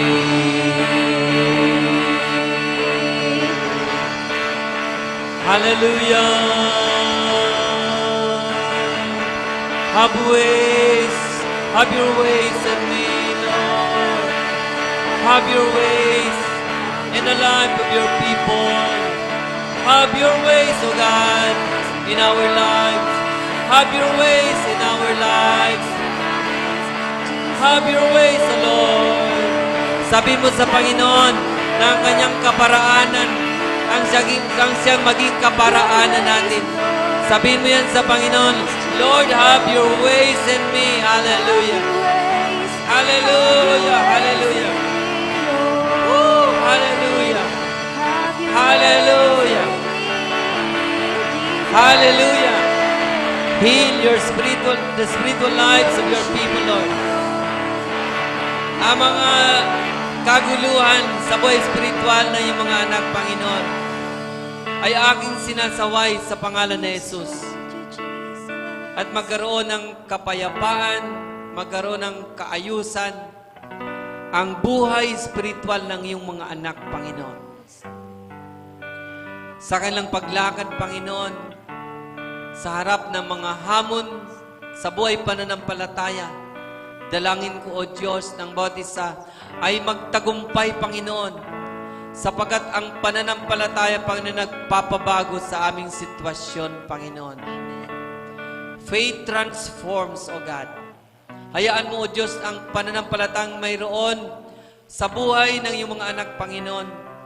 Pananampalataya na nag-umpisa sa pananampalataya kay Kristo Jesus, na kanyang tagapagligtas at Panginoon ng kanyang buhay ng iyong mga anak, Panginoon. Ang lahat na ito ay sapat na, Panginoon, upang siya'y lumago at mamunga, Panginoon, sa kanyang buhay spiritual, maging sa kanyang personal at paglilingkod sa iyong gawain. Mamumunga siya, Panginoon.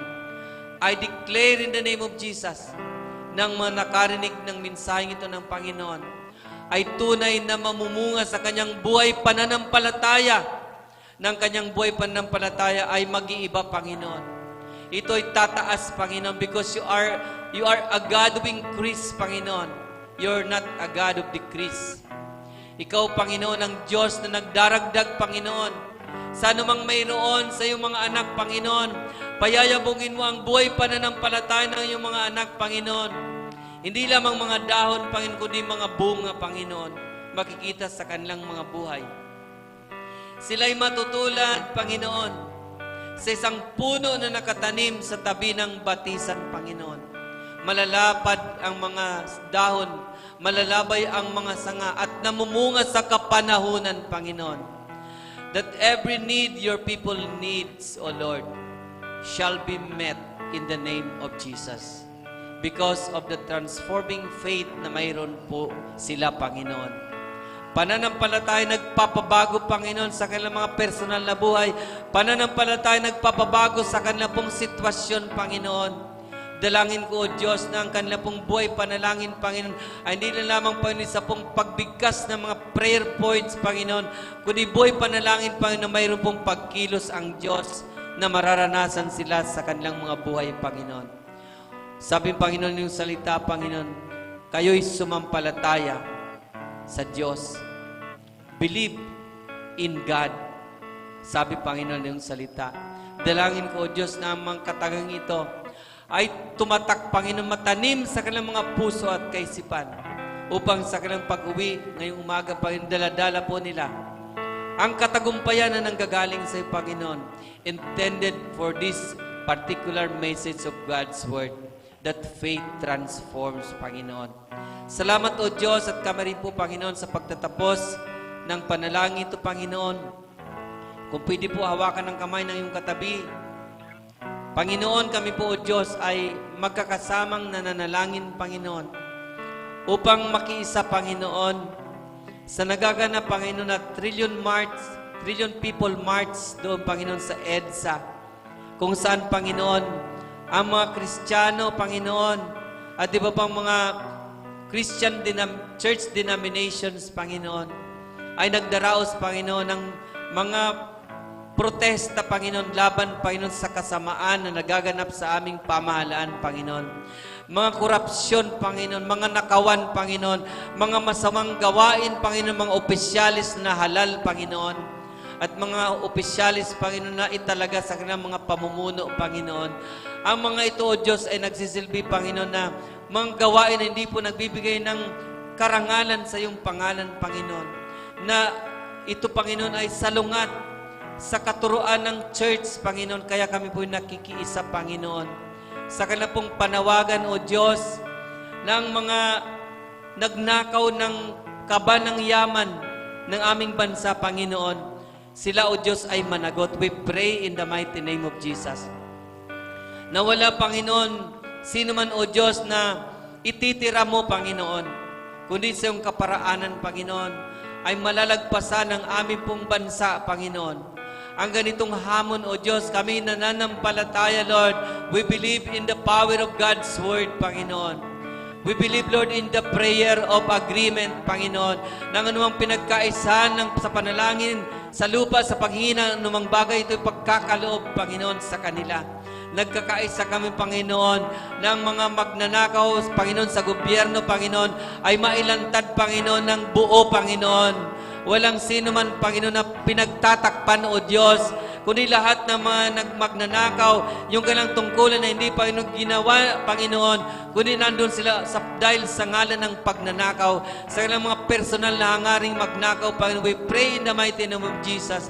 Sila, Panginoon, ay malantad at masalang sa investigasyon, dumaan sa tamang proseso, Panginoon, at makonvict, Panginoon, ang mga napatunayang mga nagnanakaw sa aming kaban ng aming bansa, Panginoon. Nakikiisa kami sa panalangin na yan, O Diyos, at dalangin namin, Panginoon, na kayo po ang magpanatili, Panginoon, sa kanilang pong pamamahala, Panginoon, ng mga taong matuwid sa iyong paningin, Panginoon, mga opisyalis, mga nanunungkulan, Panginoon, na kung saan, O Diyos, sila ay tapat na gumaganap sa kanilang pong mga sinumpaang tungkulin.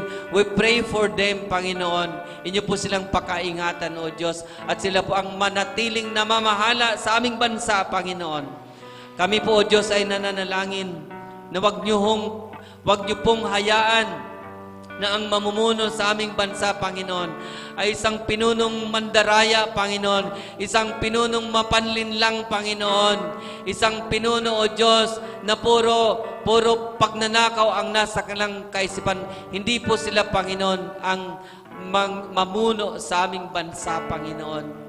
Dalangin namin yan, O Lord, sa pangalan ng Panginoong Hesukristo, na wag po niyong payagan, Panginoon, ang mga tiwali, Panginoon, ang mga mandaraya, Panginoon, na siya pong luluklok, Panginoon, lalo na sa pinakamataas na posisyon sa aming bansa.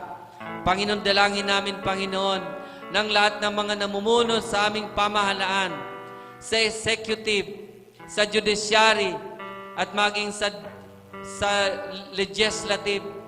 Lord, dalangin namin, O Diyos, na sila, Panginoon, ay niyo po, Panginoon, tingnan, Lord. We pray, Lord. Please, Lord, tingnan niyo po sila, Panginoon. At ang hindi po, Panginoon, gumagawa ng tapat sa kanilang sinumpaang tungkulin, we pray, Panginoon, maalis po sila sa pamumuno, Panginoon, sa iyong kaparaanan. Hindi, Panginoon, sa kaparaanan ng tao, Panginoon, kundi sa kaparaanan mo, O Diyos. Diyos naming makapangyarihan sa lahat in the name of Jesus.